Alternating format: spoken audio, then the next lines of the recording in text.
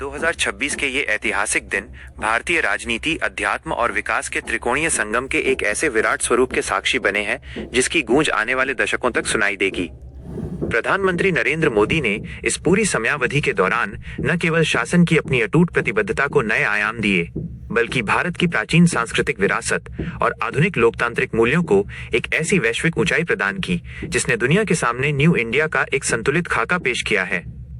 तमिलनाडु के शांत और अनंत तक फैले समुद्री तटों से लेकर देश की राजधानी दिल्ली के सत्ता के गलियारों तक उनकी प्रत्येक गतिविधि, उनके द्वारा किए गए योग प्राणायाम और उनके हर शब्द ने राष्ट्र के नाम एक गहरा, दार्शनिक और दूरगामी संदेश दिया है।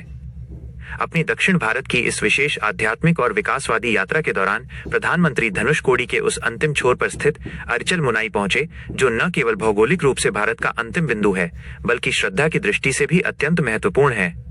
यह वही पवित्र स्थल है जिसे प्राचीन ग्रंथों और लोक मान्यताओं के अनुसार भगवान श्री राम द्वारा लंका विजय के लिए राम सेतु के निर्माण का आदि बिंदु माना जाता है। वहां उमड़ती हिंद महासागर की लहरों के बीच सूर्योदय के समय प्रधानमंत्री द्वारा किया गया घंटों का मौन ध्यान और गहरा प्राणायाम केवल एक व्यक्तिगत पूजा की पद्धति नहीं थी,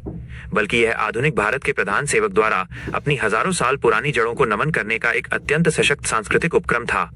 उन्होंने कोठंडाराम स्वामी मंदिर में रामायण के दिव्य प्रसंगों का भावपूर्ण श्रवण किया और वहां के विद्वानों के साथ संवाद कर यह स्पष्ट कर दिया कि एक राष्ट्र का वास्तविक और स्थायी सर्वांगीण विकास तभी संभव है जब उसकी नींव उसकी अपनी सांस्कृतिक विरासत पर टिकी हो। इस यात्रा ने उत्तर और दक्षिण भारत के बीच के हजारों साल पुराने भावनात्मक और सांस्कृतिक सेतु को और अधिक प्रगाढ़ और जीवंत कर दिया है। इसी कालखंड में सांगठनिक मोर्चे पर एक ऐसा अभूतपूर्व उदाहरण पेश किया गया जिसने राजनीतिक विश्लेषकों को भी सोचने पर मजबूर कर दिया। जब भारतीय जनता पार्टी के भीतर सांगठनिक पुनर्गठन और नितिन नबीन को नई एवं अत्यंत महत्वपूर्ण जिम्मेदारियां सौंपे जाने की खबरें आईं, तब प्रधानमंत्री मोदी ने अपनी सहज विनम्रता और लोकतांत्रिक गरिमा का परिचय देकर एक नया मानक स्थापित किया। सत्ता के सर्वोच्च शिखर पर विराजमान होने के बावजूद उन्होंने सार्वजनिक रूप से और बेहद सादगी के साथ ये कहकर कि पार्टी के भीतर अध्यक्ष ही मेरे सर्वोच्च अधिकारी, बॉस हैं और मैं उनका एक समर्पित एवं अनुशासित कार्यकर्ता हूँ, राजनीतिक अहंकार के वर्तमान दौर में शालीनता की एक नई इबारत लिखी। उनका यह बयान केवल औपचारिक शब्द नहीं थे, बल्कि ये कार्यकर्ताओं के आत्मसम्मान को बढ़ाने और किसी भी लोकतांत्रिक संस्था के भीतर पदानुक्रम के प्रति सम्मान व्यक्त करने की एक गहरी वैचारिक प्रक्रिया थी। इससे यह संदेश पूरे देश में गया कि कोई भी व्यक्ति पद से बड़ा नहीं होता, बल्कि संगठन के प्रति उसकी निष्ठा और अनुशासन ही उसकी असली पहचान तय करती है। विकास की दिशा में प्रधानमंत्री का दृष्टिकोण इन दिनों पूरी तरह से डेटा संचालित और परिणामोन्मुखी नजर आया।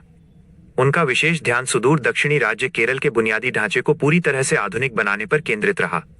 इन दिनों आयोजित कई उच्च स्तरीय समीक्षा बैठकों में केरल के लिए एक ऐसा व्यापक आर्थिक और तकनीकी ब्लूप्रिंट तैयार किया गया जो राज्य की आर्थिकी की दिशा बदल सकता है। इसके अंतर्गत तिरुवनंतपुरम में high speed Amrit Bharat express ट्रेनों के शुभारंभ की रूपरेखा से लेकर आम जनता को कैंसर जैसी गंभीर बीमारियों के लिए सस्ती और विश्व स्तरीय चिकित्सा उपलब्ध कराने हेतु अत्याधुनिक रेडियो सर्जरी केंद्रों की स्थापना की महत्वाकांक्षी योजनाएं शामिल हैं। यह इस बात का प्रमाण है कि प्रधानमंत्री के विजन में देश का हर कोना और हर राज्य समान रूप से प्रगति का हकदार है। वहीं दूसरी ओर उत्तर भारत में इस समय जारी भीषण शीतलहर और घने कोहरे के संकट को देखते हुए प्रधानमंत्री ने शासन की मानवीय और संवेदनशील छवि को भी प्राथमिकता दी। उन्होंने न केवल आपदा प्रबंधन और स्थानीय प्रशासन को नागरिकों की सुरक्षा के लिए 24 घंटे सतर्क रहने के कड़े निर्देश दिए,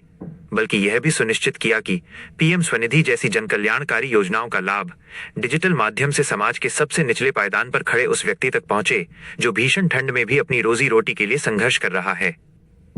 इस पूरी समयावधि का व्यापक अवलोकन करने पर यह सत्य स्पष्ट होकर उभरता है कि एक कुशल और दूरदर्शी नेतृत्व किस तरह एक ही समय में अध्यात्म की अतल गहराइयों, संगठन के कठोरतम अनुशासन और आधुनिक भारत की तीव्र विकास यात्रा के पहियों को एक साथ तालमेल बिठाकर आगे बढ़ा सकता है।